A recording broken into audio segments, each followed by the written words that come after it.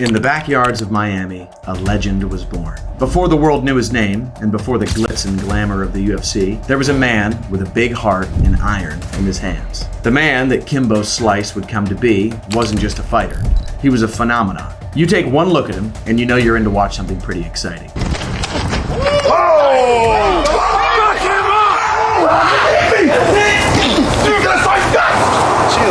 And then you watch an interview, and all of a sudden you're a fan. I'm a fighter, I'm a fighter by nature, I'm a fighter by heart.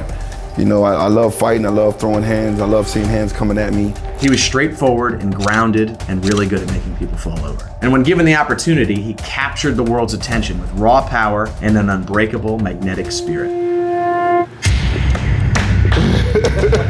Now, whether it was bloody brawls in Floridian backyards or violent clashes on the bloodstained canvas of the UFC, people really wanted to watch him. And once the world learned about him, the fans just kept on coming. At first, though, he was just a backyard street fighter. So how did he become a legend in combat sports, you may ask? What was so special about him, and why do we still talk about him today? Well, this is the story of Kimbo Slice, who defended smaller kids on the playground, trained to play for the Miami Dolphins, worked as a bouncer in South Florida strip clubs, brutally knocked out heavyweights in people's backyards, and all the while got closer and closer to the stage that he was built for. And when he eventually made it to that stage, his ferocious power drew millions of viewers, making him an icon.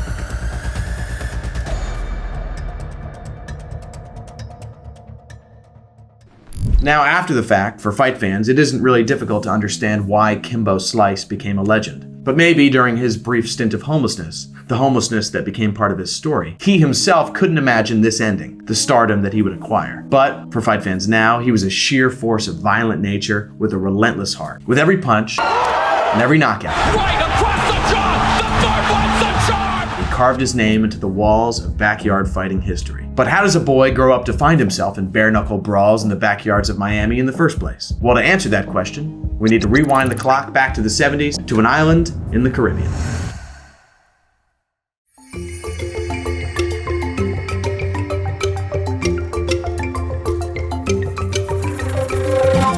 He was born Kevin Ferguson on February 8th, 1974 in the sun-soaked islands of Nassau, Bahamas. When he was still a child, his family made the move to the United States, making a home in Cutler Ridge, Florida, a town where a young man might have to learn to fight, and a very large young man might have to learn to fight pretty well. Kevin Ferguson's initiation into the world of fighting didn't take long. At 13 years old, he found himself fighting to defend a friend on the playground of Bel Air Elementary School. That's when the world got its first glimpse of the power and spirit that would come to define Kimbo Slice. It was Kevin Ferguson's first real fight, and it was the first rumblings of Kimbo Slice. He was a big kid and athletic too. He played football through his childhood and was an exceptional young linebacker at his high school. He was on track for multiple scholarships and his future was looking really bright, but life, like it always does, had a twist in store for young Kevin. In 1992, when Hurricane Andrew tore through Florida, it left a path of destruction in its wake. He couldn't play ball because of the damage to his school and community, and he lost a lot of scholarship opportunities. His family home was partially destroyed and his neighborhood was demolished. And as he navigated these trials of his early years, it was still clear that resilience and physicality were his gifts. Kevin Ferguson continued to find a place for himself in the football field. His imposing presence and athletic prowess made him a force to be reckoned with. But it wasn't just his size that set him apart. It was that relentless drive to keep going forward. Kimbo was on his way. He was a natural athlete with talent. His success in the football field at Miami Palmetto High School had hinted at a future in professional sports. That future seemed within reach when he earned an athletic scholarship to the University of Miami, a notable name in college football.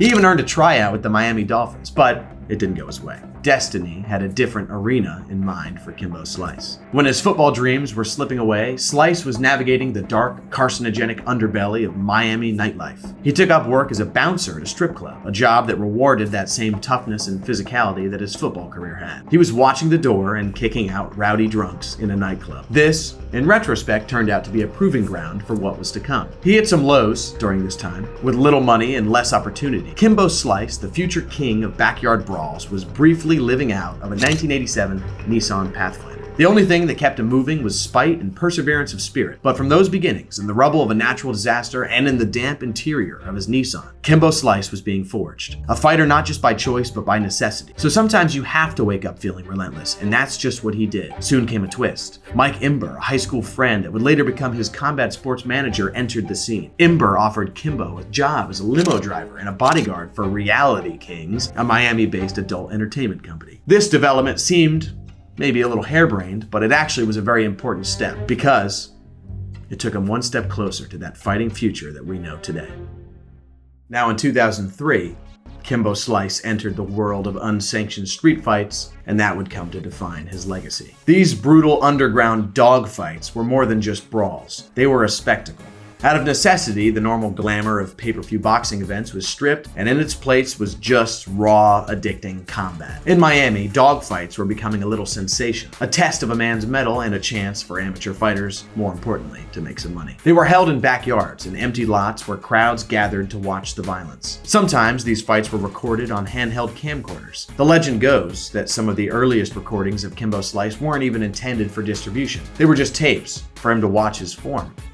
Why not? But when these videos found their way to the internet, they sparked a phenomenon that would alter the course of Kimbo's life forever. Now, he was on the digital stage, in an era before YouTube, before going viral was a thing, but Kimbo's fights spread like wildfire. The first recording online was a fight with 6-foot-tall, roughly 270-pound opponent, Big D, or Big Bird, they called him. Kimbo Slice and Big Bird.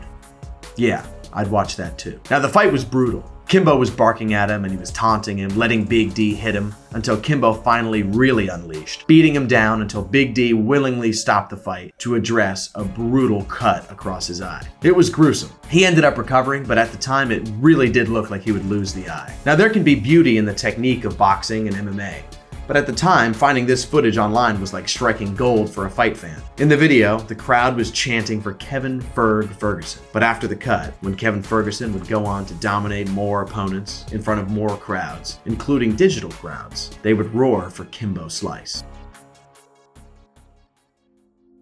Now, the path to becoming a street fighting legend wasn't easy. One of the most infamous chapters in Kimbo Slice's street fighting story unfolded in 2004 when he faced Sean Ganon, a Boston police officer who had trained mixed martial arts. This wasn't another backyard fight. It was a charity match, actually, in a dimly lit room with mattresses leaned against barriers forming a ring. And once the fight started, the crowds in fighter corners were shouting conflicting rules over each other and shoving each other around, and it looked like an exhausting bout for both fighters. They were gasping for air while the crowd deafened the room. Ganon's nose, by the end of it, was splattered with blood, and all throughout, Kimbo was swinging tired and shooting for takedowns. Ganon's cardio and MMA training, particularly in the clinch, ultimately seemed to decide the outcome. Kimbo, still refusing to tap out for the majority of the fight, was all but unconscious. Ultimately, Ganon TKO'd Kimbo in the clinch. Even in defeat, though, Kimbo Slice's legend continued to grow, proving that his presence in the ring was something people just wanted to watch, win or lose.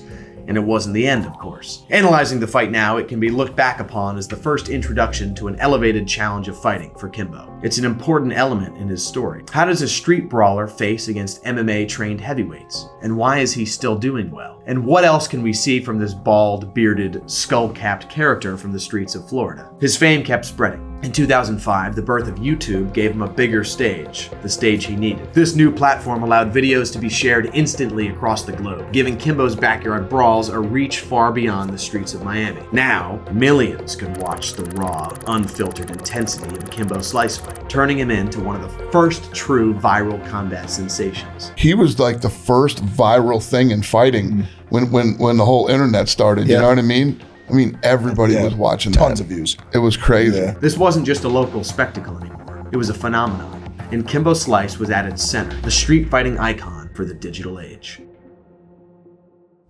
After that fight with Sean Ganon, Kimbo Slice was training MMA. He started his mixed martial arts career, competing in two different promotions, Cage Fury Fighting Championship and Elite XC. He won his debut, and then he won the next fight, and the next one. It was MMA, but it didn't really look like MMA. It looked like backyard boxing with slams. He eventually, though, lost by TKO in the first round of his fourth pro MMA fight, and shortly after that promotion, Elite XC went bankrupt. During this time, UFC co-owner and head promoter Dana White naturally knew of Kimbo Slice. He liked watching fights, and Dana had an internet connection, so naturally he knew who he was. But he was vocally not a fan. Dana would boast that this internet character was just a street fighter who couldn't really match up with UFC mixed martial artists. But Dana is a notoriously adept businessman, and he knows how to get eyes on his sport. He arranged to meet Kimbo Slice and Mike Imber, his manager, and immediately came to respect them both. I used to talk all kinds about Kimbo, when Kimbo wasn't in the UFC.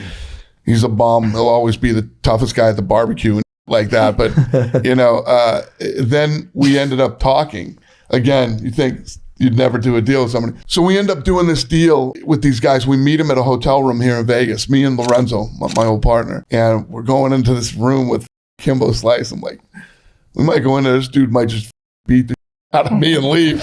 And so we go in. Couldn't be just the nicest guy in the world. And his manager, Mike, is one of the best guys I've ever done business with. So in 2009, Kimbo Slice stepped into the Ultimate Fighter house, ready to prove on TV to the world that he was more than just a viral sensation. He was a fighter with a heart and a mission. And Slice was now about to face his toughest challenge yet. 15 hungry heavyweights all fighting for opportunities. Being the number 1 pick for Coach Rampage Jackson and the 2nd pick overall, Kimbo had a massive target on his back. He had transformed from Street Fighter Online to reality TV star, and he dominated the headlines the whole time, amassing an incredible following and captivating fans around the globe. His explosive power that we're familiar with and his spirit propelled the Ultimate Fighter to unprecedented levels of viewership, making it one of the hottest topics in MMA. But Slice's star power came with its share of skepticism. Many viewed him as just a novelty act, a charismatic figure thrown into the mix purely for entertainment. His reputation as an entertainer with heavy knockout power was there, but as he walked into the house, the scrutiny intensified. Critics questioned his journey, arguing that he had taken an easy route to the show without a traditional MMA background. Even the fighters, like Brendan Schaub, weren't really happy to see him step in line. But it didn't take long for the big Bahamian to make some space for himself. This is his heart at play. He was obviously behind technically, but it's hard to root against honest hard work. And that's what Kimbo had. He was training to be the best, rapidly trying to get ready for his first match against top competition. And quickly that opportunity came. The rules of the streets that Kimbo was familiar with were cast aside, and they were fully replaced by the rules of UFC mixed martial arts. And Kimbo was matched with Roy Big Country Nelson, an accomplished grappler who wants to take you down, pin you down, pound you out, and submit you. That's what he did to everybody. Everyone was watching with that question that MMA matches always ask, what's gonna happen? And what happened was the mixed martial artist won. Roy Nelson took him down and won by a very technical knockout. It was another setback.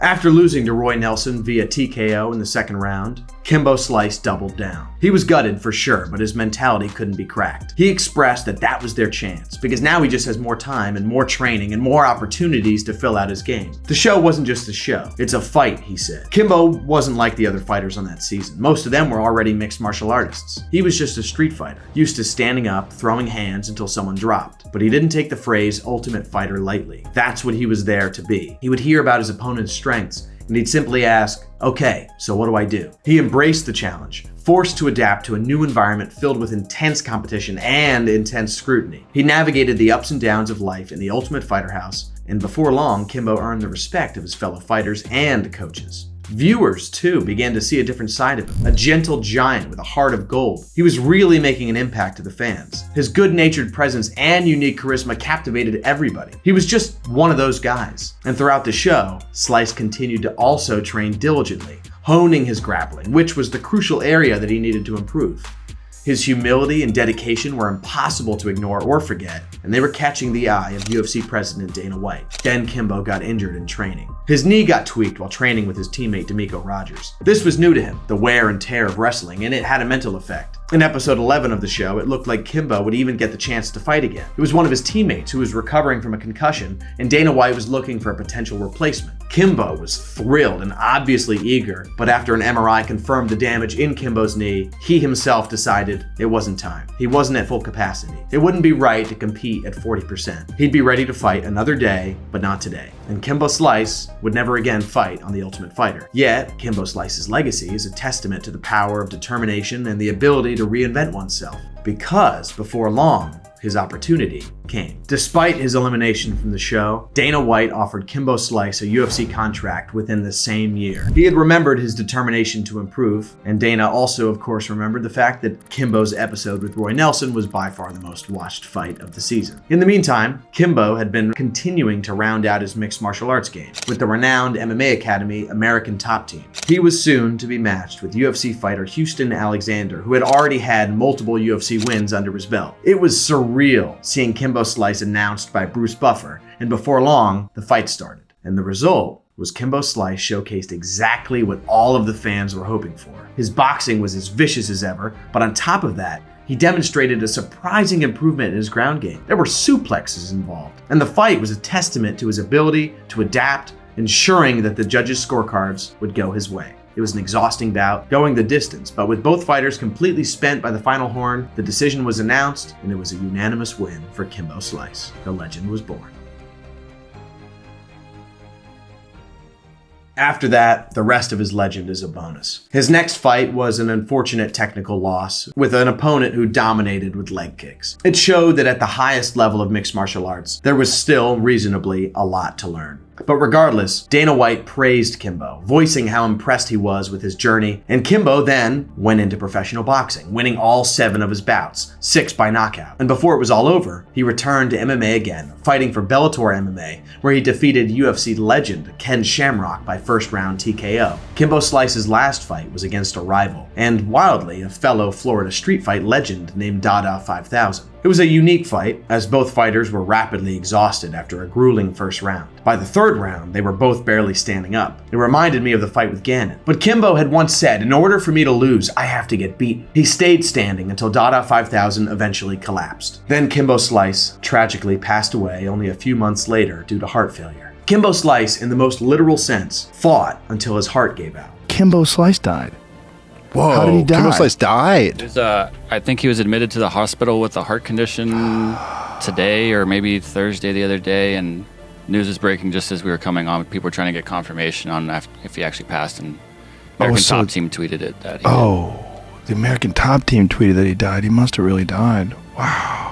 The mixed martial arts community immediately united in a powerful display of respect and admiration for the street fighting icon. Many fighters took to social media to share heartfelt tributes, recalling their encounters with Kimbo and celebrating his influence on the sport. UFC President Dana White expressed his sorrow, highlighting Kimbo's impact on the MMA landscape. He praised Slice for bringing an unprecedented level of attention to the sport, acknowledging that Kimbo was not just a fighter, but a cultural phenomenon who transcended boundaries and proved the doubters wrong time and time again. As far as I can remember, he was like the first viral thing in fighting when the whole internet started. You know what I mean?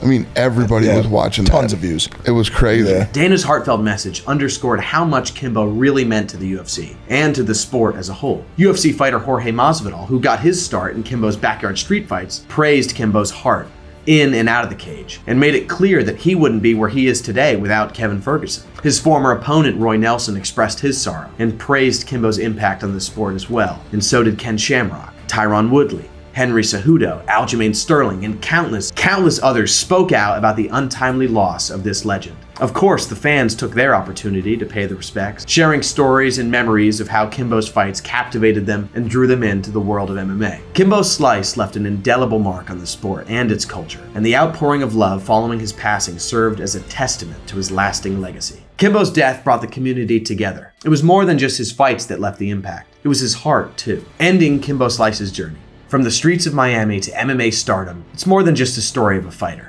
It's a profound example of how heart and will can defy the odds. His rise from being a backyard street fighter to becoming a household name in MMA was a demonstration that legends can rise from anywhere. His story inspired the next generation of fighters, and still inspires fighters today. People can watch combat sports for all sorts of reasons. To admire technical prowess, to witness human excellence, or as Jorge Masvidal puts it, to enjoy the violence. But sometimes you get exposed to stories that seem larger than life. Kimbo Slice had one of those stories, even though he was just one of those guys. He climbed from stage to stage, through the rubble, through the hardship, through the challenges, through the twists and turns. And Kimbo Slice may have left us too soon, but his impact continues to echo in MMA history, reminding us that legends are defined by more than just their fights. He started out with nothing but a big heart and iron in his hands, but eventually he became a legend.